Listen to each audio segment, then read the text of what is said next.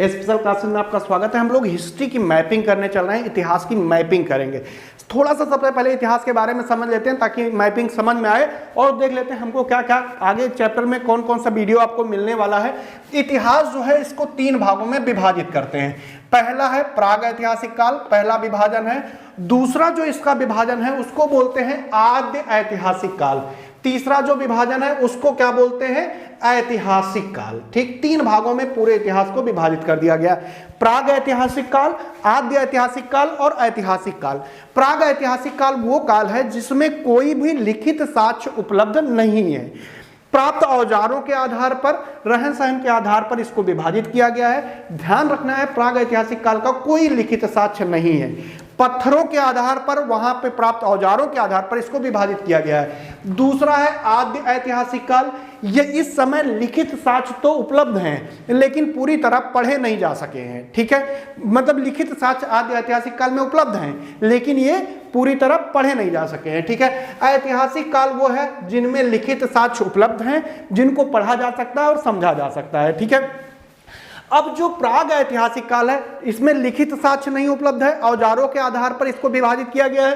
पूरे प्राग ऐतिहासिक काल को 3 भागों में विभाजित किया गया है, जिसमें पहला है पुरा पाषाण काल। कौन सा है?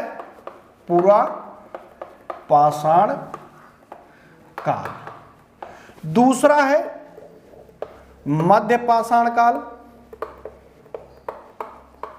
दूसरा क्या है? मध्य पाषाण काल। और तीसरा है नव पाषाण काल, पाषाण काल। ठीक है, 3 भागों में पूरे प्राग ऐतिहासिक काल को विभाजित कर दिया गया। किसमें? पूरा पाषाण काल, मध्य पाषाण काल और नव पाषाण काल में विभाजित कर दिया गया। एनसीईआरटी के अनुसार अगर हम विभाजन को देखें तो जो पूरा पाषाण काल है ये 25 लाख ईसा पूर्व से लेकर 10,000 ईसा पूर्व तक डिवाइड है। 10,000 ईसा पूर्व तक रहा। ठीक है, कौन सा? पूरा पाषाण काल। कब से कब तक? 25 लाख ईसा पूर्व से 10,000 ईसा पूर्व तक। ठीक है, बहुत सारी बुक में अज्ञात काल से 10,000 ईसा पूर्व तक दिया है, जैसे महेश ओडवाल वगैरह और बहुत सारी हिस्ट्री की बुक है। तो लेकिन जो एनसीईआरटी मानती है, अगर ओल्ड एनसीईआरटी में आप देखेंगे तो 25 लाख ईसा पूर्व से लेकर 10,000 ईसा पूर्व तक कौन सा रहा है? पूरा पाषाण काल। उसके बाद नव पाषाण काल का जो काल रहा है वो ये रहा है 9,000 से लेकर 1,000 ईसा पूर्व तक। 9,000 से 1,000 ईसा पूर्व तक। लेकिन जो नव पाषाण काल है, जो पूरा पाषाण काल है, इसके दोनों के बीच एक संक्रमण काल आया होगा जिसमें दोनों की खासियतें मिलती होंगी, उसको मध्य पाषाण काल कह दिए। मध्य पाषाण काल क्योंकि इकोटोन एरिया है, संक्रमण काल है, तो ये 8 से लेकर 8,000 ईसा पूर्व से लेकर 4,000 ईसा पूर्व तक रहा है। 8,000 ईसा पूर्व से 4,000 ईसा पूर्व तक रहा है। ये प्राग ऐतिहासिक काल हो गया डिवीजन, 3 भागों में कर दिया। पूरा पाषाण काल, पूरा पाषाण काल, मध्य पाषाण काल और नव पाषाण काल। पूरा पाषाण काल जो है 25 लाख से 10,000 ईसा पूर्व तक रहा है। उसके बाद जो है नव पाषाण काल 9,000 से 1,000 ईसा पूर्व तक रहा है। मध्य पाषाण काल क्योंकि दोनों के बीच का क्षेत्र है तो 8,000 से 4,000 ईसा पूर्व तक ये रहा है। उसके बाद आद्य ऐतिहासिक काल आता है। आद्य ऐतिहासिक काल जो है इसको भी 2 भागों में विभाजित किया गया है। इसके लिखित साक्ष्य उपलब्ध हैं लेकिन इसको पूरी तरह पढ़ा नहीं जा सका है, थोड़ा बहुत पढ़ा जा सका है। 2 भाग कौन कौन से हो जाएंगे? पहला इसका भाग है सिंधु घाटी सभ्यता। क्या है? सिंधु घाटी सभ्यता। सिंधु घाटी सभ्यता कब से कब तक? 2500 ईसा पूर्व से लेकर 1500 ईसा पूर्व तक मानी जाती है। 2500 से लेकर कब तक? 1500 ईसा पूर्व तक मानी जाती है सिंधु घाटी सभ्यता। ठीक है, ये आद्य ऐतिहासिक काल में आती है सिंधु घाटी सभ्यता, ये आपको ध्यान में रखना है। उसके बाद अगला जो डिवीजन है वो है वैदिक सभ्यता। उसके बाद क्या आता है? वैदिक सभ्यता। वैदिक सभ्यता का जो काल है वो 1500 से लेकर 600 ईसा पूर्व तक है। कब तक? 1500 से लेकर 600 ईसा पूर्व तक है, ये आपको ध्यान रखना है। अब जो हमारा ये वैदिक सभ्यता है इसको भी 2 भागों में विभाजित कर दिया गया है, जिसमें जो पहला भाग है उसको क्या बोलते हैं? ऋग्वैदिक काल। क्या बोलते हैं? ऋग्वैदिक काल। ऋग वैदिक काल का जो काल रहा है वो 1500 से लेकर 1000 ईसा पूर्व तक रहा है। ये आपको लिख लेना, अगर नहीं दिख रहा तो बोल दे रहे हैं। वैदिक सभ्यता को दो भागों में विभाजित कर दिया गया है, जिसमें 1500 से 1000 ईसा पूर्व तक ऋग वैदिक काल रहा है। दूसरा जो इसका विभाजन है ये है उत्तर वैदिक काल। उत्तर वैदिक काल का जो काल रहा है वो 1000 से 600 ईसा पूर्व तक रहा है। ठीक, तो आद्य ऐतिहासिक काल को दो भागों में सिंधु घाटी सभ्यता में विभाजित हो गया। 2500 से 1500 ईसा पूर्व पढ़ेंगे हम लोग। उसके बाद वैदिक सभ्यता का पढ़ना है जो 1500 से लेकर 600 ईसा पूर्व तक है। दो भागों में विभाजित है, एक ऋग वैदिक काल में 1500 से लेकर 1000 ईसा पूर्व, दूसरा है जो वो है उत्तर वैदिक काल, कितना 1000 से 600 ईसा पूर्व। उसके बाद ऐतिहासिक काल जिसके लिखित साक्ष्य उपलब्ध हैं और पढ़े भी जा सकें, इसमें हम लोगों को पढ़ना होता है प्राचीन इतिहास, उसके बाद दूसरे नंबर पर मध्यकालीन इतिहास और तीसरे नंबर पर आधुनिक इतिहास। आधुनिक इतिहास में भी दो विभाजित हो जाते हैं, लेकिन उसको बाद में देखेंगे क्योंकि हमको पहले प्राचीन इतिहास की ही मैपिंग करनी है। प्राचीन इतिहास में हम लोग सबसे पहले जो पढ़ेंगे 6ठी शताब्दी के आसपास महाजनपद काल। ठीक है, 6ठी शताब्दी ईसा पूर्व की बात करना है, महाजनपद काल पढ़ेंगे। उसके बाद 600 से 300 ईसा पूर्व हम लोग पढ़ेंगे मगध साम्राज्य। मगध साम्राज्य के बाद हम लोग पढ़ेंगे उधर जाके मौर्य साम्राज्य। मौर्य साम्राज्य के बाद हम लोग को पढ़ना है मौर्योत्तर काल। मौर्योत्तर के काल के बाद हम लोग पढ़ेंगे गुप्त काल और गुप्त काल के बाद हर्षवर्धन काल पढ़ेंगे और एंशिएंट समाप्त हो जाएगी, पूरी मैपिंग खत्म हो जाएगी। आज जो हम लोगों को पढ़ना है वो पढ़ना है प्राग ऐतिहासिक काल। प्राग ऐतिहासिक काल को हमने 3 भागों में आपके सामने विभाजित किया है, आप देख रहे हैं। ठीक है, सबसे पहले इसको मिटा देते हैं ताकि प्राग ऐतिहासिक काल को समझ सके।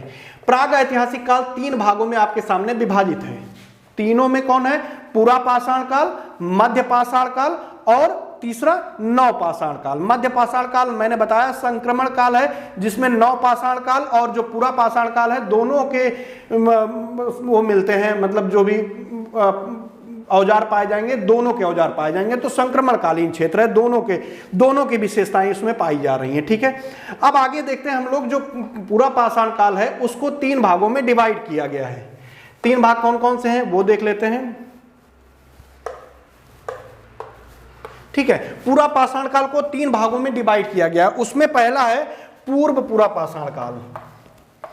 पूर्व पूरा पाषाण काल, यानी जो पूरा पाषाण काल है इसी को 3 भागों में विभाजित किया गया है। पहला है पूर्व पूरा पाषाण काल, इसलिए विभाजित किया गया है क्योंकि 25 लाख से 10,000 ईसा पूर्व तक एक बहुत लंबा पीरियड होता है। इसका दूसरा जो भाग है वो है मध्य पूरा पाषाण काल। मध्य पूरा पाषाण काल। और तीसरा जो है इसका भाग इसी का पूरा पाषाण काल का है वो है उच्च पूरा पाषाण काल। क्या है? उच्च पूरा पाषाण काल। 3 भागों में विभाजित हो गया पूरा पाषाण काल। 3 भागों में विभाजित कर दिया गया है पूरा पाषाण काल को, पूर्व पूरा पाषाण काल, मध्य पूरा पाषाण काल, उच्च पूरा पाषाण काल। ठीक है, पहले ये 3 भागों में विभाजित था, लेकिन ऊपर वाले को 3 भागों में विभाजित कर दिया गया है, तो इससे कंफ्यूज मत होइएगा। जो पूर्व पूरा पाषाण काल है उसको माना गया है 25 लाख ईसा पूर्व से लेकर 9 लाख ईसा पूर्व तक। 9 लाख ईसा पूर्व तक। ठीक है, 25 लाख ईसा पूर्व से कब तक? 9 लाख ईसा पूर्व तक इसको माना गया है। मध्य पाषाण काल जो है वो 9 लाख ईसा पूर्व से लेकर 40,000 ईसा पूर्व तक माना गया है। और जो उच्च पूरा पाषाण काल है ये 40,000 ईसा पूर्व से लेकर 10,000 ईसा पूर्व तक माना गया है। कितना? 10,000 ईसा पूर्व तक, यहां तक। तो 3 भागों में 25 लाख से 10,000 ईसा पूर्व को हम लोगों ने डिवाइड कर दिया। अब इनकी खासियत देखेंगे, इनके प्रमुख स्थल देखेंगे और मैपिंग करेंगे। हम लोगों को पहली जो मैपिंग करनी है पूरा पाषाण काल की करनी है। तीनों जो ये इसके डिवीजन है, पूर्व पूरा पाषाण काल, मध्य पूरा पाषाण काल और उच्च पूरा पाषाण काल, इनको मिला के करेंगे क्योंकि बहुत ज्यादा इसमें विभिन्नता नहीं पाई गई है, केवल थोड़ा थोड़ा अंतर पाया जाता है। जैसे अगर आप देखेंगे पूर्व पूरा पाषाण में हैंड एक्स संस्कृति है, चापर चाबिंग पेबुल संस्कृति पाई जाती है। मध्य पूरा पाषाण काल में आते आते स्क्रैपर और बेदनी और तक्षड़ी यानी औजारों की संख्या केवल बढ़ रही है। तीसरे काल में थोड़ा सा यानी उच्च पूरा पाषाण काल में थोड़ा सा और सुविधा हो जाती है, ब्लेड जैसे औजार आ जाते हैं। मेन जो उच्च पूरा पाषाण काल की पहचान रही है वो ब्लेड से रही है। तो उसके बाद इन तीनों का करने के बाद हम लोगों को करना है मध्य पूरा पाषाण काल की मैपिंग और नव पाषाण काल की मैपिंग करेंगे। यानी इन तीनों की मैपिंग हमको अब करनी है, उनको केवल डिवाइड के लिए। ठीक है, तो चलिए आगे देखते हैं। सबसे पहले देख रहे हैं आप, हमको देखना है पूरा पाषाण काल। कौन सा? पूरा पाषाण काल। हमने आपको बताया है पूरा पाषाण काल में बहुत ज्यादा अंतर नहीं लाना है, आपको कोई ज्यादा वो नहीं कर देना है, कोई भी बहुत ज्यादा वो नहीं करना है। तो इसमें क्या करना है, इतना समझ लेना है कि क्या क्या हुआ था। जो पूरा पाषाण काल है, इसमें जो पहला हम लोग पढ़े थे, कौन सा पढ़े थे? पूर्व पूरा पाषाण काल। पूर्व पूरा पाषाण काल, ठीक है। इसकी खासियत थी, इसकी क्या तीनों की खासियत रही है औजार। इसमें जो पाया गया है वो पाया गया है, सबसे पहली जो संस्कृति पाई गई है उसका नाम है चापिंग पेबुल संस्कृति। चापर चापिंग पेबुल संस्कृति पाई गई है इस समय। ये सोहन नदी घाटी पंजाब में पाई गई, इसलिए इसको सोहन संस्कृति के नाम से भी जानते हैं। इसका अर्थ समझेंगे। पेबुल मतलब होता है वटिकाश में, यानी पत्थर का टुकड़ा। पत्थर का टुकड़ा जो पानी में पड़ा रहता था, पानी में पड़ा करने के कारण ये चिकना और सपाट हो जाता था। पानी के बहाव के कारण पत्थर को क्या कर देता था? चिकना और सपाट कर देता था, उसको पेबुल कहते हैं। यही चिकने पत्थर को उठाकर जब एक धार दे देते थे उस समय के लोग, तब उसको चापर कहते थे, और जब दो धार वाला बना लेते थे तब उसको चापिंग कहते थे। तो इस संस्कृति के जब पेबुल को उठाकर एक धार और दो धारों में विभाजित करते थे तब उसको कहते थे चापर चापिंग पेबुल संस्कृति। सोहन नदी घाटी में मिलने के कारण, सोहन नदी घाटी पंजाब पाकिस्तान में मिला है, इस कारण इसको सोहन संस्कृति के नाम से भी जानते हैं। अच्छा, उसके बाद दूसरी बात करते हैं। उसके बाद इसी में एक संस्कृति और मिली है जिसे हैंड एक्स संस्कृति कहते थे। हैंड एक्स संस्कृति क्या थी? इसमें दो तीन चीजें पाई गई हैं। सबसे पहले हैंड एक्स संस्कृति में आप जानते हैं क्लीवर टाइप एक औजार मिला है। क्लीवर क्या था? एक तरफा धार वाला, जो छीलने के काम आता था, पेड़ों को छीलने के लिए काम आता था स्पेशली। क्लीवर और स्क्रैपर इस समय पाए गए। पेड़ों को काटने के लिए, छीलने के लिए इस तरह के औजार प्रयोग होते थे। अभी दिखा नहीं सकते, अगर आपके पास 2005 के पहले की एनसीईआरटी हो तो उसमें बना हुआ है, आप देख सकते हैं, ठीक है। आज की जैसे हंसिया होते हैं कुछ उस तरह से बनाए जाते थे, पत्थरों के औजार होते थे। उसके बाद दूसरा जो है हमारा क्या है? मध्य पूरा पाषाण काल। मध्य पूरा पाषाण काल। इस काल में ये औजार तो थे ही, क्लीवर थे, स्क्रैपर थे, लेकिन कुछ और बढ़ गए। जैसे बेधनी बढ़ गया। बेधनी मतलब एक नुकीला होता है भाले की तरह। अगर आपने भाला देखा हो या गांव में रहते हो कभी सांप मारते हुए देखा हो तो पॉइंटर जिसको कहते हैं, पॉइंटर मतलब कुछ इस तरह से रहा होगा और इस तरह से रहा होगा और आगे जाके नुकीला हो गया होगा। ये बस इस तरह से रहा होगा औजार, ठीक है। अगर आपने देखा हो सांप मारते हुए, कहीं गहराई में मारते हैं, कभी कभी उसी से मारते हैं गांव वगैरह में, अगर आपने देखा हो। उसके बाद इस समय एक और प्रचलित हुआ तक्षणी। ये आगे जाके थोड़ा सा चौड़ा हो जाता था बस। बाकी क्लीवर स्क्रैपर इस समय भी रहे थे, तो क्लीवर स्क्रैपर और तक्षणी इस समय हो गए। उसके बाद उच्च पूरा पाषाण काल आया। उच्च पूरा पाषाण काल में इसी का भाग, पूरा पाषाण काल का, उच्च पूरा पाषाण काल का एक ही मेन रहा है, वो रहा है ब्लेड बन गया। वो भी ब्लेड जो है आज के 2x3 की तरह ही बनते थे, मतलब उसकी लंबाई ज्यादा होती थी, चौड़ाई कम होती थी, दोनों तरफ दो तरफा धार होती थी। वो भी छीलने काटने इसी काम आती थी। जो पॉइंटर था ये कभी कभी सिलाई के भी काम आती, जब मोटी चीजें कोई सिलनी होती थी। तो हम लोगों को पढ़ना है पूरा पाषाण काल के स्थल। सबसे पहले पूरा पाषाण कालीन स्थल देखेंगे, मैपिंग करेंगे, उसके बाद एक एक करके उसकी व्याख्या को हम लोग पढ़ते चलेंगे। सबसे पहले हमको क्या करना है? एक एक चीजों को देखना है। सबसे पहले हम लोग जो देख रहे हैं उत्तर प्रदेश में ये बना हुआ है, ये कौन सा? मिर्जापुर के आसपास का क्षेत्र है। बेलन नदी घाटी। बेलन नदी घाटी मिर्जापुर में है। यहां से हमको पूरा पाषाणकालीन स्थल के मिला है, पूरा पाषाणकालीन स्थल है। यहाँ पे उस तरह के औजार पाए गए हैं। अभी हम लोग आगे इसको देखेंगे और समझेंगे। उसके बाद दूसरा जो प्रमुख क्षेत्र रहा है पूरा पाषाण काल का, वो रहा है भीमबेटका। क्या रहा है? भीमबेटका मध्य प्रदेश में। आप जानते हैं यहाँ से शैलाश्रय प्राप्त हुए हैं, यूनेस्को में भी शामिल है। तीसरा जो प्रमुख स्थल रहा है वो रहा है नर्मदा नदी घाटी क्षेत्र।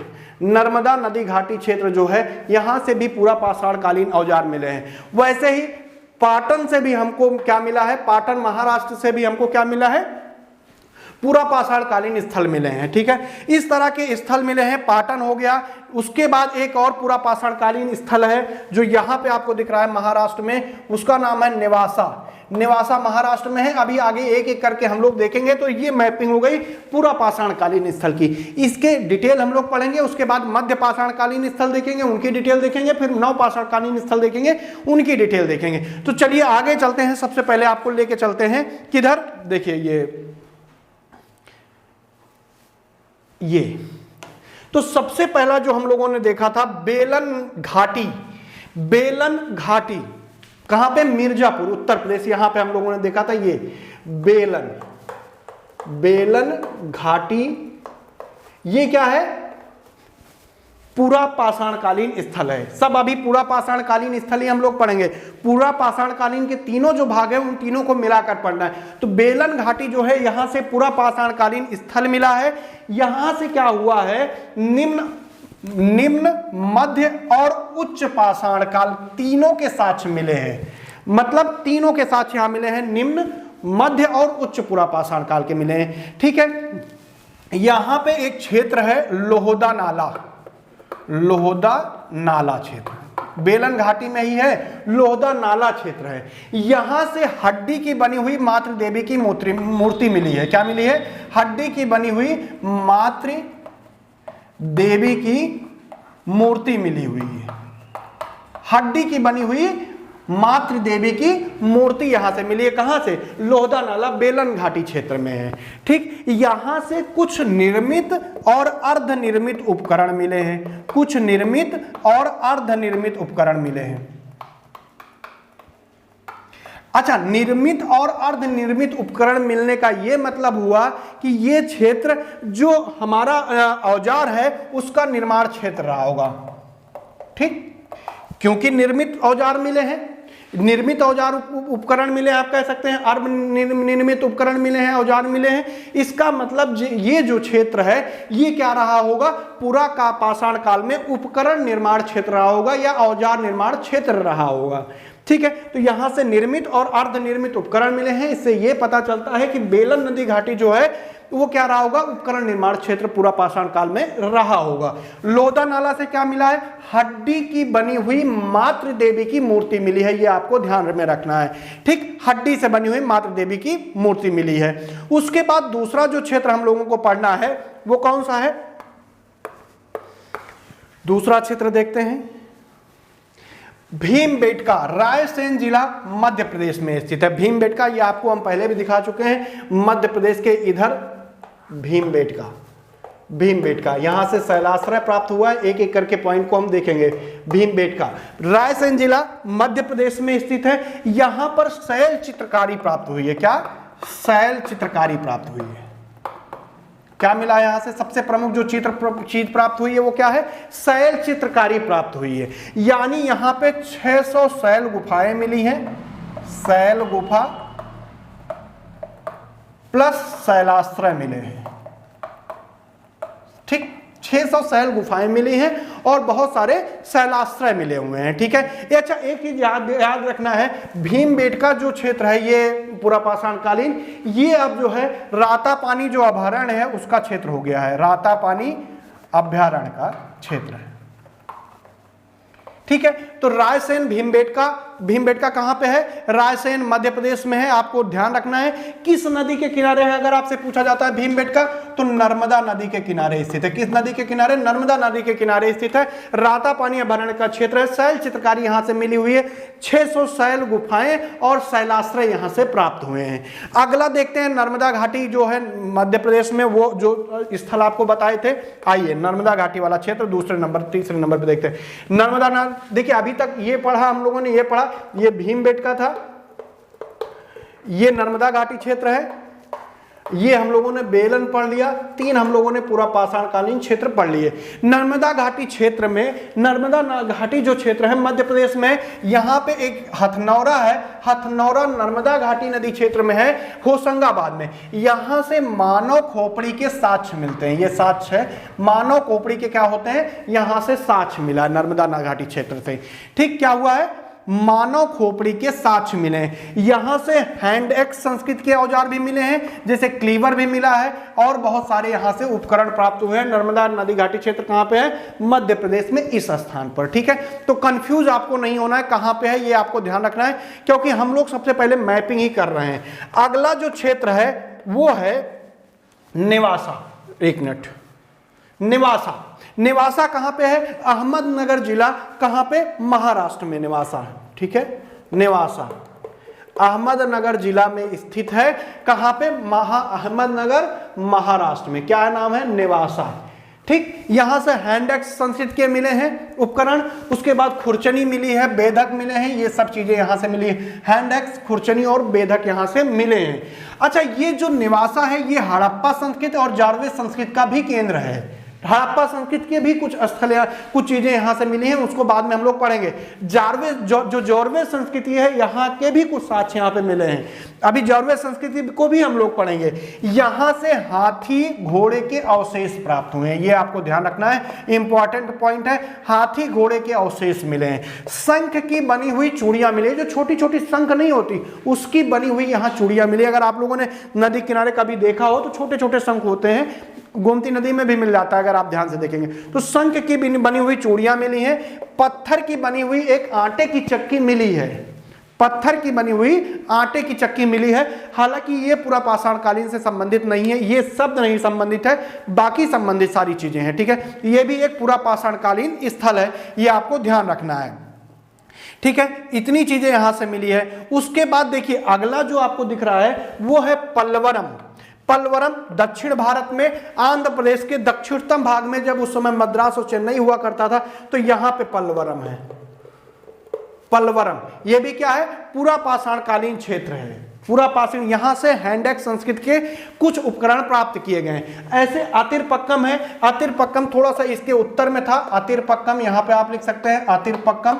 ठीक है, यहां से भी पूरा पाषाण कालीन उपकरण हमको मिलते हैं। यहां पे पूरा पाषाण कालीन स्पेशली मिलते हैं, लेकिन पूरा पाषाण काल ही आपको बोलता है। अगला है कोरतलयार नदी घाटी मद्रास। यहां पे क्या है? कोरतलयार नदी घाटी मद्रास। यहां पे भी पूरा पाषाण कालीन स्थल हमको देखने को मिलते हैं। यहां से भी औजार मिलते हैं, बहुत सारे पत्थरों के औजार यहां से मिलते हैं। ये पूरा पाषाण कालीन स्थल हो गया। उसके बाद हम लोग पढ़ेंगे मध्य पाषाण काल को पढ़ने चल रहे हैं। ठीक है, मध्य पाषाण काल हम लोग पढ़ेंगे, मध्य पाषाण काल को हम लोग समझेंगे।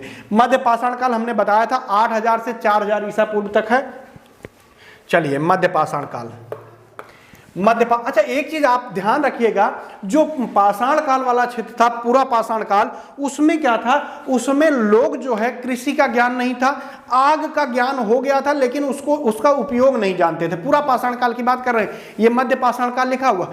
पूरा पाषाण काल में लोगों को कृषि का ज्ञान नहीं था। वो क्या करते थे? घूमते रहते थे, और घूमने के कारण उनकी जो स्थिति थी वो आखेटक थी। केवल वो शिकार करते थे छोटे जानवरों को और उसको खा लेते थे। कृषि नहीं जानते थे, उसको उबालना भूनना ये सब करना नहीं जानते थे। आग का ज्ञान था उनको पूरा पाषाण काल में, पूरा पाषाण में ही ज्ञान हो गया था, लेकिन उसका प्रयोग करना वो नहीं जानते थे नव पाषाण काल तक। ठीक है, तो आखेटक उनकी स्थिति रही होगी। जो मध्य पाषाण काल है, ये जो स्थिति है ये आखेटक हो गई थोड़ा सा, और संग्राहक हो गई। लोग संग्रह करना शुरू कर दिए, जो आखेट करते थे उसको इकट्ठा करना भी शुरू कर दिए, उसको रखना शुरू कर दिए, उसको बाद में खाना शुरू कर दिए। तो जो ये स्थिति आ गई, ये कैसी आ गई? आखेटक और संग्राहक की स्थिति में आ गए। हालांकि पूरा पाषाण काल और जो नव पाषाण काल है उसमें अंतर काफी है, लेकिन मध्य पाषाण काल में ज्यादा अंतर नहीं है। इस समय लोग थोड़ा थोड़ा छोटे छोटे, जो जैसे कुत्ता हो गया, बकरी हो गया, इन सबको पालने लगे थे। पालतू पशु करना शुरू नहीं कर पाए थे, लेकिन छोटे छोटे जानवरों को अपने साथ रखना शुरू कर दिए थे। ठीक है, तो चलिए मध्य पाषाण काल को हम लोग देखते हैं कौन कौन से स्थल है। सबसे पहले मध्य का पाषाण कालीन स्थल को देखने के लिए सबसे पहला जो हम लोगों को देखना है वो उत्तर प्रदेश का क्षेत्र आ जाता है। ठीक है, उत्तर प्रदेश में अगर आप देखेंगे तो सबसे पहले तो आपको यह देखना पड़ेगा, दो स्थल आपको यहां पे दिख रहे हैं। दो स्थल में सबसे पहले आपको समझना है, एक जो ये इलाहाबाद के पास वाला क्षेत्र है, इसको बोलते हैं चौपानी मांडो, इसको हम लोग पढ़ेंगे और समझेंगे। चौपानी मांडो इलाहाबाद से लगभग 80 किलोमीटर की दूरी पर स्थित है। उसके बाद ये जो बड़ा क्षेत्र दिख रहा है, ये बड़ा फेमस क्षेत्र है, प्रतापगढ़ का क्षेत्र है। इसमें कई सारे हमको मिले हैं मध्य पाषाणकालीन स्थल। पहला उसमें है लेखिया, कौन सा है, लेखिया। दूसरा कौन सा पाषाणकालीन स्थल मिला है हमको, यहां से बगाई खोर, कौन सा मिला है, बगाई खोर। यहां पे ये प्रतापगढ़ है, इलाहाबाद से सटा हुआ, सुल्तानपुर से भी सटा हुआ है, तो इसको आपको ध्यान रखना है। यहां से एक और जगह मिली है मादहा, मादहा, तो लेखिया हो गया, बगाई खोर हो गया, महदहा हो गया। महदहा के बाद एक और क्षेत्र जो है मध्य पाषाणकालीन स्थल मिला है, यहाँ पे सराय नाहर राय, आपको लिख लेना है, सराय नाहर राय क्षेत्र भी प्रतापगढ़ का ही क्षेत्र है। एक और क्षेत्र यहां से मिला है, उसका नाम है दमदमा। तो ये सब प्रतापगढ़ के हैं। 5 हो गए आपके सामने प्रतापगढ़ के। लेखिया हो गया, लेखिया के बाद बगाई खोर आपका हो गया, उसके बाद मादहा हो गया, उसके बाद सराय नाहर राग हो गया, सराय नाहर राय, उसके बाद दमदमा क्षेत्र हो गया। उत्तर प्रदेश के 6 क्षेत्र हो गए मध्य पाषाण काल के। चौपानी मांडो हो गया, चौपानी मांडो इलाहाबाद से लगभग 70-80 किलोमीटर की दूरी में है। उसके बाद लेखिया, बगाई खोर, मदहा, सराय नाहर राय और आपका दमदमा। ये कहां का क्षेत्र है, पूरा जितना जो क्षेत्र दिख रहा है प्रतापगढ़ उत्तर प्रदेश का क्षेत्र है। उसके बाद 2 क्षेत्र हैं मध्य प्रदेश में। देखिए, एक इधर जो दक्षिण तरफ दिख रहा है, इसको बोलते हैं क्या, आदमगढ़, मध्य प्रदेश में है। ये आदमगढ़ मध्य प्रदेश में है। कहां पे, आदमगढ़ मध्य प्रदेश में है। उसके बाद एक जो इसके पश्चिम में दिख रहा है, उसको बोलते हैं पंचमढ़ी। पंचमढ़ी भी कहां पे है, मध्य प्रदेश में। ये सब मध्य पाषाणकालीन स्थल है। क्या है, मध्य पाषाणकालीन स्थल है, ये आपको ध्यान रखना है। मध्य पाषाणकालीन औजार मिलते हैं यहाँ पे, स्थल है, ये सब मध्य पाषाणकालीन स्थल है। ठीक है। उसके बाद मध्य पाषाण काल में 2 जगह हमको राजस्थान में देखने की मिलती है। एक होती है तिलवारा, तिलवारा पश्चिमी राजस्थान में स्थित है, और दूसरा ये पूर्वी राजस्थान में जो आपको देखने को मिल रहा है, ये बागौर है। ये दोनों कहां पे हैं, राजस्थान में। तिलवारा और कौन सा, बागौर, ये दोनों कहां पे हैं, राजस्थान के क्षेत्र हैं, मध्य पाषाणकालीन स्थल है, मध्य पाषाणकालीन। ये आपको ध्यान रखना है। एक तमिलनाडु में क्षेत्र मिलता है जिसको बोलते हैं टेरी, ये भी क्या है, मध्य पाषाणकालीन स्थल है, तमिलनाडु में है, ये आपको ध्यान रखना है। तो ये क्षेत्र हो गए मध्य पाषाणकालीन स्थल के। इनकी विशेषता बहुत ज्यादा नहीं रही है, इसमें थोड़ा सा जो है जीवन में परिवर्तन आया है। जो खाना को इकट्ठा नहीं करते थे, बस थोड़ा सा इकट्ठा करने लगे, और कोई बहुत ज्यादा परिवर्तन नहीं है। छोटे मोटे जानवरों को अपने साथ रखने लगे। स्थायी जीवन का कोई प्रमाण नहीं मिलता, कृषि का कोई बहुत अच्छा कुछ नहीं मिलता। तो ये लोग इस समय आखेटक ही थे, बस इतना हो गया, आखेटक और खाद्य संग्राहक हुआ है। जो जिसका आखेट करते थे उसको खाने के बाद छोड़ नहीं देते थे, उसको इकट्ठा करने लगे, बाद में भी खाने लगे। ठीक है। इस समय की जो खासियत रही है वो ब्लेड रही है, ब्लेड रही है, क्रोड रही है। अच्छा, विभिन्न प्रकार के इस समय औजार बनने लगे थे, जैसे त्रिकोण आकार का एक औजार बनाने लगे, त्रिकोण का समलंब बनाने लगे, समलंब आकार का औजार बनाने लगे। इस तरह के विभिन्न प्रकार के ये औजार बनाने लगे। नुकीले औजार बनाने लगे, पॉइंटर, बेधनी, इस समय को और भी नुकीला करने लगे। थोड़ा सा आगे बढ़ गए, किससे, पूरा पाषाण काल से थोड़ा सा आगे बढ़ गए। अब एक एक चीज को हम लोग देखेंगे। हमने देखा उत्तर प्रदेश में 6, एक पहला देखा लेखिया, बगाई खोर, महदहा, सराय नाहर, दमदमा, चौपानी मांडो। उसके बाद हमने देखा मध्य प्रदेश में आदमगढ़ और पंचमढ़ी। तमिलनाडु में हमने टेरी देखा, और राजस्थान में तिलवारा, पश्चिमी राजस्थान में तिलवारा को देखा, और पूर्वी राजस्थान में हमने बागौर को देखा। बागौर सबसे बड़ा मध्य पूरा पाषाणकालीन स्थल है। इसके बारे में एक एक करके हम लोग आगे पढ़ते हैं और एक एक समझते हैं। अब हम लोग मध्य पाषाण काल पढ़ने चल रहे हैं, इनके स्थल पढ़ने चल रहे हैं, एक एक करके पढ़ेंगे, फिर नवपाषाण काल आएगा, तो कंफ्यूज मत होइएगा। चलिए, सबसे पहला आपको दिख रहा है आदमगढ़, होशंगाबाद में है, मध्य प्रदेश में। आदमगढ़ जिला होशंगाबाद, ठीक है। आदमगढ़ है, होशंगाबाद में है, जिला मध्य प्रदेश में है। कैमरा देखने लगे थे कहीं, क्योंकि 30 ही मिनट की एक बार में रिकॉर्डिंग होती है, उसके बाद बंद हो जाता है, बंद हो जाए पता हम बढ़ाते रह जाए। ठीक है। तो आदमगढ़ यहाँ पे है, होशंगाबाद मध्य प्रदेश में। आदमगढ़, ठीक, होशंगाबाद मध्य प्रदेश। पूरा एड्रेस आप लिखिए, जाइए घूम के आइए, ठीक है। यहां से निम्न और मध्य पाषाणकालीन स्थल है, ये निम्न और मध्य पाषाणकालीन स्थल है, यानी कुछ पूरा पाषाण काल के भी क्षेत्र यहां से मिलते हैं। तो एक एक करके इनको हम समझते चलेंगे, ठीक है।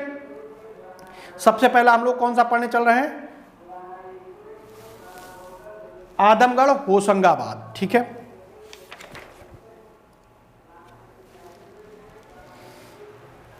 अच्छा, एक चीज आपको ध्यान रखना, जो आदमगढ़ का क्षेत्र है यहां से ताम्र पाषाण कालीन कुछ उपकरण भी मिले हैं, जो हम लोग अभी पढ़ेंगे ताम्र पाषाण काल उसके भी मिले हैं, ठीक है।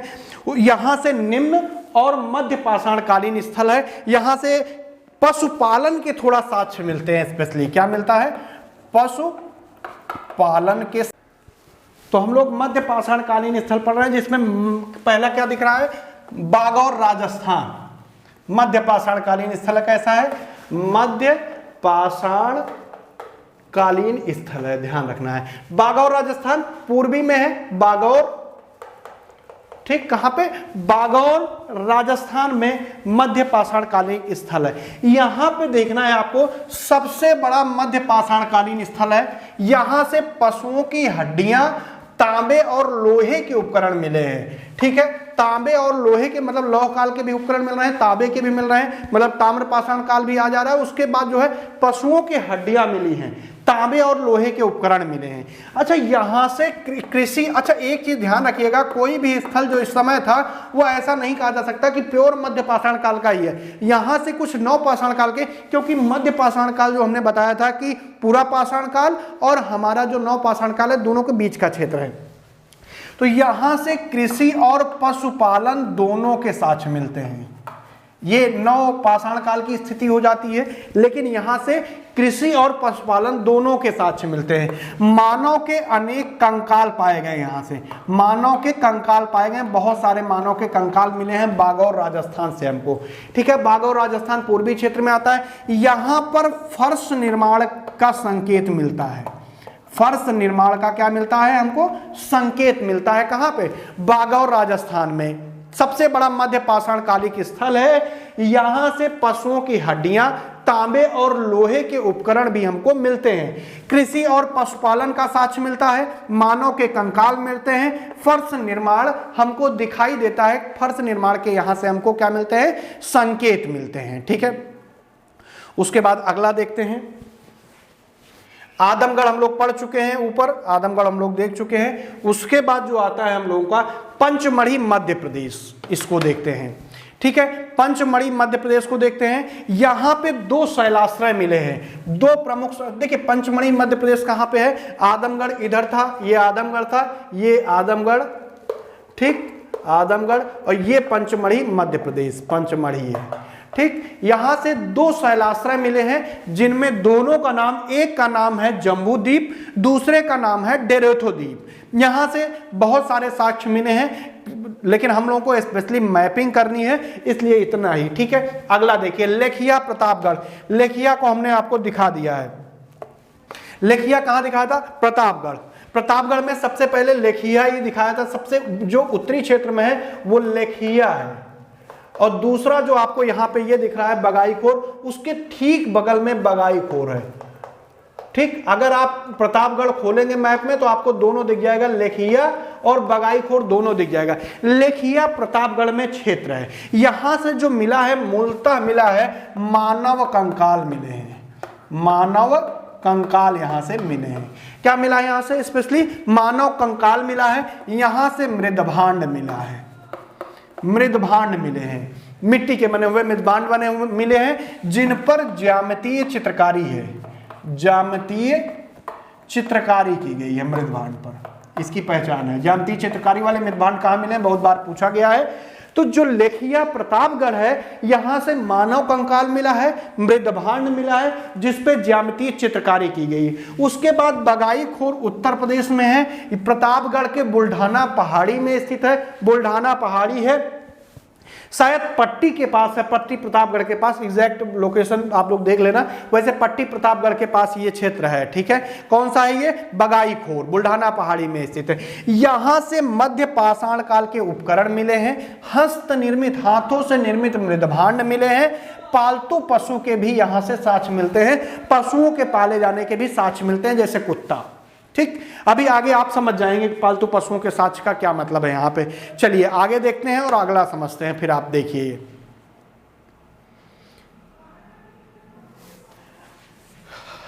आइए, अगला है चौपानी मांडो। कौन सा है? चौपानी मांडो। चौपानी मांडो जो है आपका, मैंने बताया था कि इलाहाबाद के दक्षिण में, अच्छा इलाहाबाद से मुझे लगता है 60 से 65 किलोमीटर एक है तहसील, मेजा तहसील, चौपानी मांडो। ठीक, मेजा तहसील में है ये। मेजा तहसील से भी 40 किलोमीटर की दूरी पर लगभग ये है, तो मेजा तहसील में है चौपानी मांडो आपका। चौपानी मांडो, चौपानी मांडो से क्या मिला है हमको? हस्त निर्मित, हाथों से निर्मित मृदभांड मिला है, जो विश्व के प्राचीनतम मृदभांड है, विश्व के प्राचीनतम मृदभांड है। ठीक, विश्व के प्राचीनतम मृदभांड है, ये आपको ध्यान रखना है। झोपड़ी और जंगली चावल के यहाँ पे साक्ष्य मिल जाते हैं चौपानी मांडो में, जंगली चावल, ठीक, और झोपड़ी के भी साक्ष्य मिलते हैं। झोपड़ी के साक्ष्य मिलने का मतलब है कहीं ना कहीं इसका मतलब मनुष्य स्थायी जीवन अब बिताने की ओर अग्रसर हो चुका था, स्थायी जीवन बिताता रहा होगा, भले ही 1-2-4 दिन के लिए झोपड़ी बनाता हो, लेकिन बिताता रहा होगा। मगधा प्रतापगढ़ में, हमने प्रतापगढ़ में आपको सबसे पहले बताया था कि यहाँ पे जब आप देखेंगे तो लेखिया था, लेखिया के बाद आपका आता था बगाईखोर, बगाईखोर के बाद मगधा आता था। ठीक, मगधा के बाद भी आप देखेंगे तो सराय नाहर राय है, सराय नाहर राय के बाद आप देखेंगे तो दमदमा है। ठीक, ये स्थिति थी। तो यहां से बूचड़ खाने का साक्ष्य मिलता है। ठीक है, क्या मिलता है? स्पेशली बूचड़ खाने का साक्ष्य मिलता है। अच्छा, जो मगधा प्रतापगढ़ में है, यहां से 2 युगल समाधियां मिली हैं। क्या मिली है? 2 युगल समाधियां मिली हैं।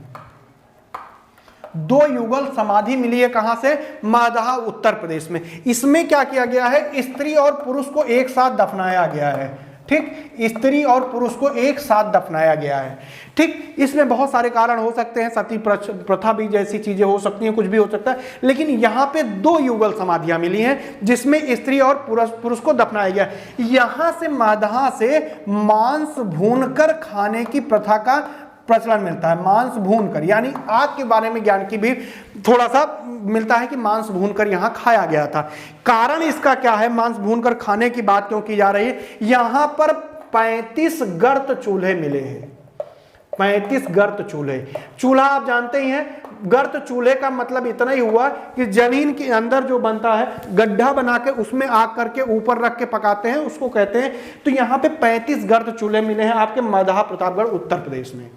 बूचड़ खाने का भी साक्ष्य मिलता है, मांस भूनकर खाने का साक्ष्य मिलता है। 2 युगल समाधियां मिली हैं जिसमें स्त्री और पुरुष को क्या किया गया है? साथ दफनाया गया है। ये मगधा बहुत इंपॉर्टेंट है, इसको आप ध्यान से पढ़ लीजिएगा। उसके बाद जो अगला क्षेत्र आता है, जो हमने आपको दिखाया था, कौन सा क्षेत्र? सराय नाहर राय। सराय नाहर राय आप बना चुके हैं उसमें। सराय नाहर राय ये भी प्रतापगढ़ उत्तर प्रदेश में है। यहां से भी स्तंभ गर्त मिलता है, स्तंभ गर्त मिलते हैं। स्तंभ गर्त मिला है, कई सारे स्तंभ गर्त मिले। अच्छा, यहां से भट्ठी का साक्ष्य मिलता है। अच्छा, जो ये गर्त चूल्हे हैं, एक तरह से भट्ठी भी आप कह सकते हैं, लेकिन भट्ठी का मतलब थोड़ा सा चूल्हे से बड़ा आकार ले लिया। तो यहां से भट्ठी के साक्ष्य मिलते हैं कि सराय नाहर राय में भट्ठी के साक्ष्य मिलते हैं, ये आपको ध्यान रखना है। यहां से एक कब्र मिली है, कब्र के साक्ष्य मिलते हैं। ठीक है, कब्र मिली है मतलब लोगों को दफनाया जा रहा होगा। सींग के उपकरण मिले हैं, यहाँ पे सींग के उपकरण मिले हैं। मत पशु को पकड़ कर उनको मारकर जब खाते थे तो उनके जो सींग होते थे उससे उपकरण बनाने थे। ठीक है, भट्ठी भी मिली है। अच्छा, 8 गर्त चूल्हे भी यहाँ से मिले हैं। 8 गर्त चूल्हे मिले हैं, भट्ठी मिली है, कब्र मिली है, सींग के उपकरण मिले हैं, स्तंभ गर्त मिले हैं। सराय नाहर राय कहां से? प्रतापगढ़ से। उसके बाद आप अगला देख रहे हैं, सबसे दक्षिणतम भाग में जो आपको हमने दिखाया था दमदमा, तो लेखिया हो गया, बगाईखोर हो गया, मादहा हो गया, उसके बाद सराय नाहर राय हो गया, अब बचा दमदमा। दमदमा जो क्षेत्र है पट्टी प्रतापगढ़ में, यहां से सिल मिली है, ये सिल है, सील नहीं है, जिसपे लोढ़ा और सिल जिसको बोलते हैं उसकी बात की जा रही। सिल और लोढ़ा मिला है और हथौड़े का भी यहां से साक्ष्य मिलता है। 41 समाधान यहां पे मिले हैं, ये आपको ध्यान रखना है। 41 समाधान मिले हैं यहां पे, बहुत सारे समाधान मिले, 41 समाधान मिले हैं। गर्त चूल्हे का भी साक्ष्य यहां से भी मिलता है, ठीक, गर्त चूल्हे भी मिले हैं। मतलब यहां पे कुछ स्थिति अच्छी रही होगी, आग से लोग काफी पहले परिचित हो गए थे, ठीक है। तो ये मध्यपाषाण कालीन स्थल हो गया। अगले मध्यपाषाण कालीन स्थल की तरफ चलते हैं, जो हमने आपको बताया था, कौन सा, तिलवारा। बागौर तो हम लोग दो देख चुके, तिलवारा यहां से क्या है, पश्चिमतम मध्यपाषाण कालीन स्थित है, क्योंकि पश्चिम में हमने बताया पश्चिमतम राजस्थान में, तो पश्चिमतम मध्यपाषाण कालीन स्थित, इससे पश्चिम में कोई नहीं है। चाक और मिट्टी के बर्तन मिले, यहां से क्या मिला है, चाक और मिट्टी के बर्तन मिले हैं, लोहे के टुकड़े मिलते हैं, यानी लौह काल के भी साक्ष्य मिलते हैं यहाँ पे, और प्रमुख औजार यहाँ पे मिलते हैं, बहुत सारे औजार मिलते हैं, ठीक है। कौन सी चीजें मिलती हैं, बहुत सारे औजार यहाँ से देखने को हमको मिलते हैं, ठीक है। अब आगे चलते हैं, कहाँ गया वो, चलिए नवपाषाण काल की तरफ हम लोग पहुंच चुके हैं। नवपाषाण काल को हम लोग देखते हैं, एक एक करके समझते हैं नवपाषाण काल को। सबसे पहला स्थल जो दिख रहा है, अच्छा, नवपाषाण काल की तमाम तरह की विशेषता रही है, उसको भी हम लोग यहीं पे देख लेते हैं। नवपाषाण काल जो है, हमने आपको बताया है कि 9000 से लेकर 1000 ईसा पूर्व तक रहा है। इसकी विशेषताओं में हम लोग एक एक करके विशेषता को देखेंगे। यहाँ की जो विशेषता है, अच्छा, इसको एक जान लुबाक करके थे, 1865 में इनकी एक बुक प्रकाशित हुई थी, उसको प्री हिस्टोरिक टाइम्स में प्रकाशित किया था, तो नियोलिथिक एज नाम दे दिया था। क्या दिया था, नियोलिथिक एज, जान लुबाक ने दिया था, यह आपको ध्यान रखना है। जान लुबाक ने दिया था 1865 में, ठीक है, जान लुबाक ने 1865 में दिया था, ठीक है। तो एक एक करके समझते हैं इस समय की स्थिति क्या रही होगी। इस समय की जो प्रमुख पहचान है वो कृषि कार्य है। इस समय लोग कृषि कार्य करना शुरू कर दिए थे, कृषि कार्य शुरू कर दिए थे, आग से परिचित हो गए थे। परिचित का मतलब यहां से है, आग से खाना को पकाना सीख गए थे, आग का प्रयोग करना जान गए थे, आग का प्रयोग करना शुरू कर दिए थे, खाने को पका कर करने लगे थे। पशुओं को पालना शुरू कर दिए थे, पशुओं को क्या किए थे, पालना शुरू कर दिए थे नवपाषाण काल में। नवपाषाण काल की जो स्थिति रही है, गाय है, बैल है, भेड़ है, बकरा है, कुत्ता, बकरी है, कुत्ता है, इन सबको पालना शुरू कर दिए थे। पत्थरों के जो औजार बनाए जाते थे उस पर चित्रकारी शुरू कर दिया था, घर्षण करते थे उसको और चित्रकारी करने लगे थे उस पर, यानी घर्षण करके उनको पालिश भी करने की प्रथा इस समय शुरू हो गई थी। तो इस समय ये सब बहुत जरूरी चीजें हैं जो क्या हुई है, नवपाषाण काल में हुई है। अगला है वस्त्र निर्माण सीख गए थे, इस समय वस्त्र निर्माण करना सीख गए थे। तो कौन कौन सी पहचान हो गई नवपाषाण काल की, कृषि कार्य करना शुरू कर दिए थे, आग से खाना भून कर खाने लगे थे, आग से के प्रयोग से प्रचलित मतलब जान गए थे, समझ गए थे। पशुओं को पालना शुरू कर दिए थे, भेड़, कुत्ता, बकरी को। पत्थरों को घिसना शुरू कर दिए थे, घर्षण, और उसको पॉलिश करना भी शुरू कर दिए थे। और सबसे बड़ी उपलब्धि थी इस समय की, वस्त्र निर्माण करना सीख गए थे, वस्त्र निर्माण के बारे में जान गए थे। अब हम लोग एक एक स्थल को देखेंगे। सबसे पहला जो स्थल है वो है जम्मू कश्मीर का, कौन सा है, बुर्ज होम। बुर्ज होम ये क्या है, नवपाषाणी के स्थल है। और जम्मू कश्मीर दूसरा है गुफ कराल, ये भी क्या है, नवपाषाणी स्थल है। गुफ कराल हो गया, बुर्ज होम हो गया, ये नवपाषाण कालिक स्थल है, ठीक है। उसके बाद नीचे आप देख रहे हैं एक, ये जो देख रहे हैं ये मेहरगढ़ पाकिस्तान में है, मेहरगढ़ बोलते हैं। मेहरगढ़ भी क्या है, नवपाषाण कालिक स्थल है। तो बुर्ज होम हो गया आपका, गुफ कराल हो गया, उसके बाद कौन सा हो गया हमारा, ये बुर्ज होम, गुफ कराल और मेहरगढ़, ठीक है।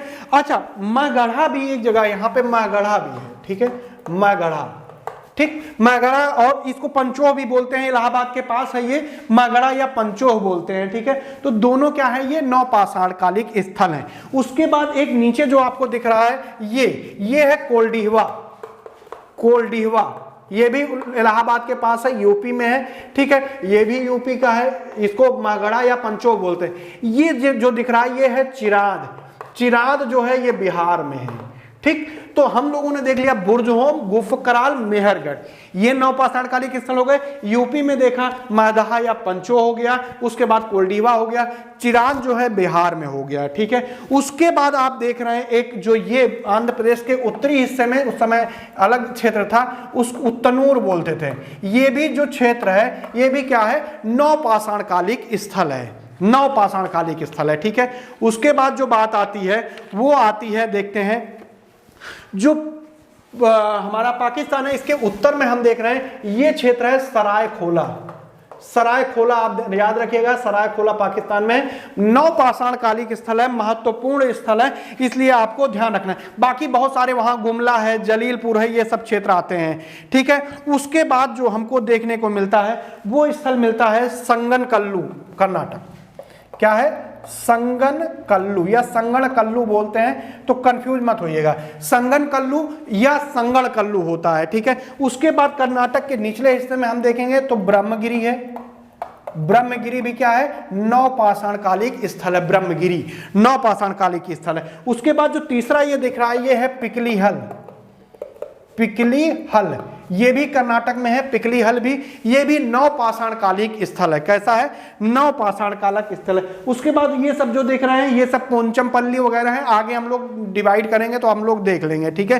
पोचमपल्ली है, लिख मन करे तो लिख लीजिए, ये पोचमपल्ली है, ये नागार्जुनी कोंडा है। तो ये जितने स्थल दिख रहे हैं ये सब क्या है, नवपाषाण कालिक स्थल है। इस समय क्या हो गया था, आग का प्रयोग करना सीख गए थे, कृषि कार्य करना जान गए थे, वस्त्रों को बनाना सीख गए थे, औजारों पर चित्रकारी करना सीख गए थे। अब आइए एक एक करके हम लोग समझते हैं। सबसे पहला मेहरगढ़, सबसे पहले स्थल को हम लोग देखेंगे मेहरगढ़ के बारे में, ठीक है। मेहरगढ़ की जो स्थिति है मैंने आपको दिखाया, ये जो पाकिस्तान है यहाँ पे मेहरगढ़ है, मेहरगढ़ यहाँ पे, ठीक है। मेहरगढ़ बलूचिस्तान पाकिस्तान में स्थित है, पूरी इसकी जानकारी आप ले लीजिए। यहां से कृषि के साक्ष्य मिलते हैं, और कृषि कैसी, प्राचीनतम कृषि साक्ष्य मिलते हैं, प्राचीनतम कृषि साक्ष्य। हालांकि अब इंडिया में हो गया है तो उसको चेंज कर दिया गया है, इसलिए आप लोग यहाँ पे फिर भी अगर ऑप्शन में है मेहरगढ़ तो मेहरगढ़ ही लगाना है, ठीक है। प्राचीनतम कृषि के साक्ष्य यहाँ से मिलते हैं। यहाँ की जो प्रमुख फसल थी वो थी गेहूं और जौ।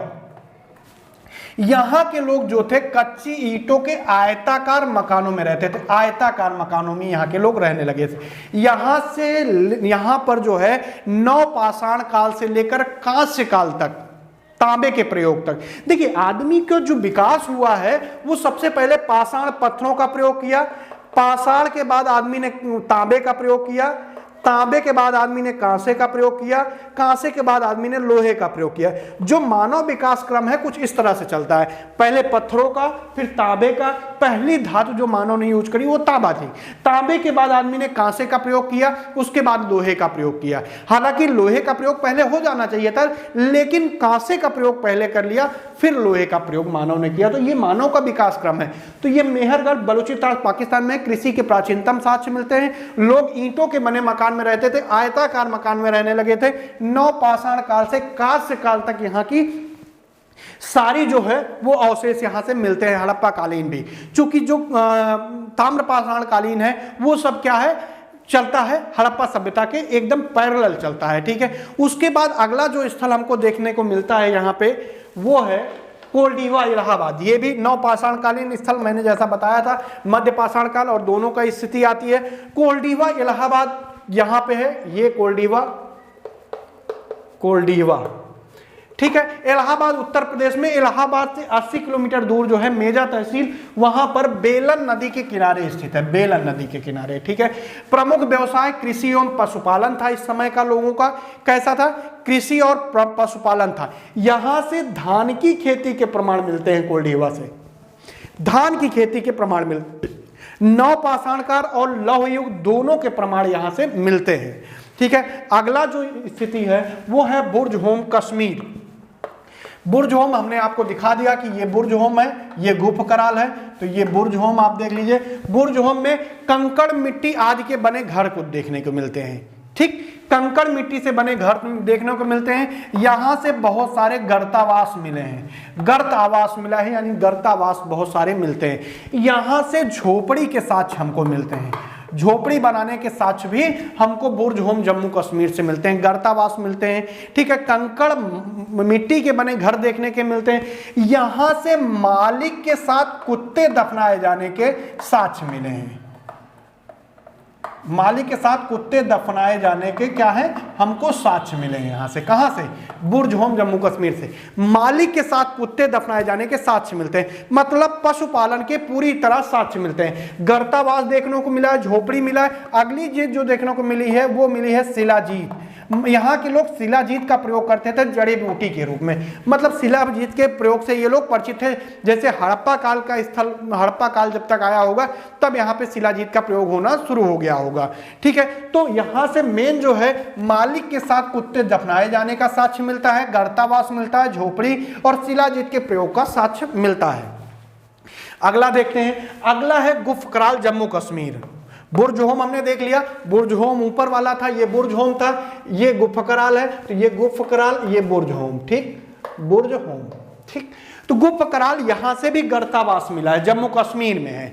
पत्थर और हड्डियों के औजार मिले हैं, बहुत सारे मृदभांड यहां से मिले हैं। कृषि और पशुपालन दोनों के साथ मिलते हैं। सिलबट्टे के साथ हड्डी की बनी हुई क्या मिली है, यहाँ पे तमाम तरह के औजार मिले हैं हड्डी के बने हुए यहां से। ठीक है, अच्छा एक चीज ध्यान रखिएगा, लिख के इसलिए आ रहा है क्योंकि लिखने में इससे पेन से थोड़ा सा दिक्कत होती है क्योंकि प्रोजेक्टर है। ठीक, तो थोड़ा सा दिक्कत है, इसलिए ये लिख के हम पहले ही तैयार कर लेते हैं ताकि कोई दिक्कत ना हो। लिखना ज्यादा पड़ेगा तो दिक्कत होगी। तो ये क्या है, गुफ कराल जम्मू कश्मीर। यहां से कृषि और पशुपालन दोनों के साथ साथ मिलते हैं, यानी कृषि और पशुपालन दोनों के साथ साथ मिलते हैं। कृषि और पशुपालन के साथ साथ मिलते हैं। गर्तावास मिला है, पत्थर हड्डियों के औजार मिले हैं, विभिन्न मृदभांड मिले हैं। कृषि और पशुपालन दोनों के साथ मिलते हैं, ये इंपॉर्टेंट है। ठीक है, ये आपको ध्यान रखना है। अगला जो क्षेत्र है वो है चिराद।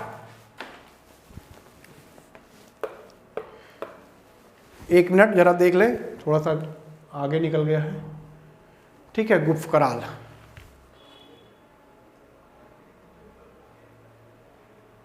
गुफ कराल के बाद चिराद। ये जो स्थिति है ये हमने आपको दिखाया है यहाँ पे। ठीक है, चिराद बिहार में है। चिराद कौन सा जिला है चिराद का, छपरा जिला बिहार में है। छपरा जिला बिहार में है। यहां से हस्तनिर्मित और चाक से निर्मित उपकरण या मृदभांड मिले हैं। हस्तनिर्मित और चाक से निर्मित मृदभांड मिले हैं, ये आपको ध्यान रखना है। हड्डी के बने यहां से उपकरण मिले हैं। हिरण के सींगों का भी औजार मिला है, जो हिरण की सींग होती है उसके तमाम तरह के औजार मिले हैं। भूसी यहां से मिली है, भूसी के साक्ष्य मिलते हैं, ये आपको ध्यान रखना है। क्या, ठीक, चिराद छपरा से क्या मिलता है, भूसी के साक्ष्य मिलते हैं। मिट्टी के बर्तनों पर गेहूं है, खासकर धान की जो भूसी होती है उसके छाप मिली है। जो मृदभांड यहाँ पे है, धान की जो भूसी होती है उसकी छाप मिली है। भूसी मिलने के साक्ष्य इसीलिए यहाँ पे माना जाता है क्योंकि यहाँ पे जो मृदभांड है उस पे धान की भूसी के साक्ष्य मिलते हैं। तो हाथ से निर्मित और चाक से निर्मित यहाँ क्या मिला है, आपका मृदभांड मिला है, उस पर जो है धान की भूसी के छाप मिले हैं, हड्डी के बने उपकरण मिले हैं। अब अगला देखते हैं, अगला क्या है, महगढ़ा या महगढ़ा बोलते हैं, इसको आपको ध्यान रखना है। महगढ़ा या महगढ़ा इलाहाबाद उत्तर प्रदेश में स्थित है, ये भी मैंने आपको दिखाया था। इलाहाबाद में इसको बना लीजिएगा, इलाहाबाद में महगढ़ा या महगढ़ा, महगढ़ा या महगढ़ा कहाँ पे है, ये इलाहाबाद में है, आज के प्रयागराज में है। ये गंगा नदी के दक्षिण में स्थित है। अच्छा, यहाँ की एक खासियत थी, सावा घास जो होती है उसको उगाने का साक्ष्य यहाँ से मिलता है, पूछा गया है। रस्सी के छाप के मृदभांड मिले हैं, यानी रस्सी छाप मृदभांड यहाँ से मिले हैं। ठीक, अगला देखते हैं कौन सा है नवपाषाणकालिक स्थल, वो है संगनकल्लू कर्नाटक में। हमने आपको संगनकल्लू कर्नाटक दिखाया था, आपको बना लेना है। ठीक है, एकदम इधर साइड में संगनकल्लू है, ये संगनकल्लू। संगनकल्लू कर्नाटक में है, यहाँ बेल्लारी जिला कर्नाटक में स्थित है। हल्के भूरे रंग के मृदभांड मिले हैं। बैगनी रंग की मिट्टी के बर्तन के टुकड़े मिलते हैं, बैगनी कलर के, ठीक। राख का टीला मिला है। मौसमी जो शिविर होते थे उसके जले हुए राख मिले हैं, तो माना जाता है कि इस समय के लोग मौसमी शिविर में रहते होंगे, मौसमी शिविर में का आयोजन करते रहे होंगे। उसके बाद जो अगला स्थल हमको देखने को मिलेगा वो मिलेगा नागार्जुनी कोंडा। आंध्र प्रदेश में नागार्जुन कोंडा, उत्तर आंध्र प्रदेश में यहाँ पे नागार्जुन कोंडा आंध्र प्रदेश में है। यहां से जो साक्ष्य मिले हैं उससे लगता है कि पशुपालन व्यवस्था यहां बहुत पहले से प्रारंभ हो चुकी थी। आवासों के चिन्ह मिलते हैं लोग, क्योंकि आवास मिलेगा तो इसका मतलब पशुपालन हो गया होगा। घर्षित यहां से पत्थर मिलते हैं, मतलब घिसे हुए मिलते हैं, मतलब यहां की व्यवस्था काफी उन्नत अवस्था में थी। यहां के लोगों को बस एक प्रॉब्लम थी, खेती का अल्प ज्ञान था, मतलब कृषि का क्या था, ज्ञान अल्प था, इनको ज्यादा नॉलेज नहीं थी कृषि के बारे में यहाँ पे, ठीक है। उसके बाद हम लोग देखेंगे कौन सा, सरायखोला पाकिस्तान। सरायखोला पाकिस्तान, ये ऊपर वाला, नीचे मेहरगढ़, तो सरायखोला पाकिस्तान। अच्छा, कृषि समुदाय की जानकारी यहां से मिलती है, ये आपको ध्यान रखना है। कौन सी, कृषि समुदाय की जानकारी, मतलब लोग इकट्ठा करके खेती करने लगे थे। पत्थरों के औजार मिले हैं और कृषि समुदाय, ये इंपॉर्टेंट है सरायखोला, इसको ध्यान में रख के आप लोग याद कर लीजिएगा। उसके बाद हम लोगों को देखना है अगला जो पॉइंट है वो है पिकलीहल। पिकलीहल कर्नाटक में कृष्णा और जो गोदावरी नदी है उसके बीच में, इस तरह से इसके कृष्णा और गोदावरी नदी के बीच में, गोदावरी नदी के बेसिन में स्थित है। हड्डी के उपकरण मिले हैं, मौसमी शिविरों की जानकारी मिलती है। कृषि और पशुपालन से पूर्णतः परिचित है। पिकलीहल कर्नाटक में है। पिकलीहल कहां पे, आपके कर्नाटक में, पिकलीहल कर्नाटक में। अच्छा, उसके बाद हम लोगों को जो देखना है पोचमपल्ली देखना है। पोचमपल्ली आजकल के तेलंगाना में पड़ जाता है, ठीक है, ऊपरी हिस्से में पड़ता है तो इसलिए तेलंगाना में आ जाता है पोचमपल्ली। यहां पर सर्वप्रथम जो फसल उगाई गई थी वो रागी थी। उसके बाद टेकलकोट्टा, कर्नाटक के दक्षिणी हिस्से में एक टेकलकोट्टा पड़ता है। यहां पे क्या है, शव को घर में ही फर्श के नीचे दफनाने का साक्ष्य मिलता है, मतलब शव को क्या करते थे, घर में फर्श के नीचे ही दफना दिया करते थे। उसके बाद हम लोगों को जो अगला देखने को मिलेगा वो है ब्रह्मगिरी कर्नाटक। एक मिनट, क्या है, ब्रह्मगिरी कर्नाटक। ब्रह्मगिरी कर्नाटक आप लोगों ने देखा ही, ठीक। ब्रह्मगिरी कर्नाटक के दक्षिणी भाग में, यहां से वयस्कों के शव जमीन में तथा बच्चों के शव कलश में रखकर दफना दिया जाता था। मतलब जो बड़े लोग थे उनको दफनाया जाता था जमीन में, बच्चों को क्या किया जाता था, कलश में रख के दफनाया जाता था। यहां से पशुपालन और कृषि दोनों के साक्ष्य मिलते हैं। अशोक का अभिलेख भी ब्रह्मगिरी कर्नाटक से एक मिला है, ये आपको ध्यान में रखना है, ठीक है। उसके बाद अगला जो क्षेत्र आया, एक चीज ध्यान रखिएगा, पशुपालन के साक्ष्य मिले हैं, अशोक के अभिलेख मिले हैं, ये आपको ध्यान में रखना है। उसके बाद अगला जो स्थल है, शायद अब खत्म हो गया है, इतना ही स्थल है, नवपाषाणकालीन स्थल। तो इस तरह से हम लोगों ने पढ़ लिया कौन सा, पुरापाषाणकालीन, मध्य पाषाणकालीन और नवपाषाणकालीन स्थलों को। अगर कहीं दिक्कत हो तो आप मुझे बताइएगा, समझा देंगे, ठीक है। वैसे मैप को बना के हम डिस्क्रिप्शन में डाल देंगे, तो आप लोग देखिएगा और समझिएगा, फिर बताइएगा। धन्यवाद, बाय बाय।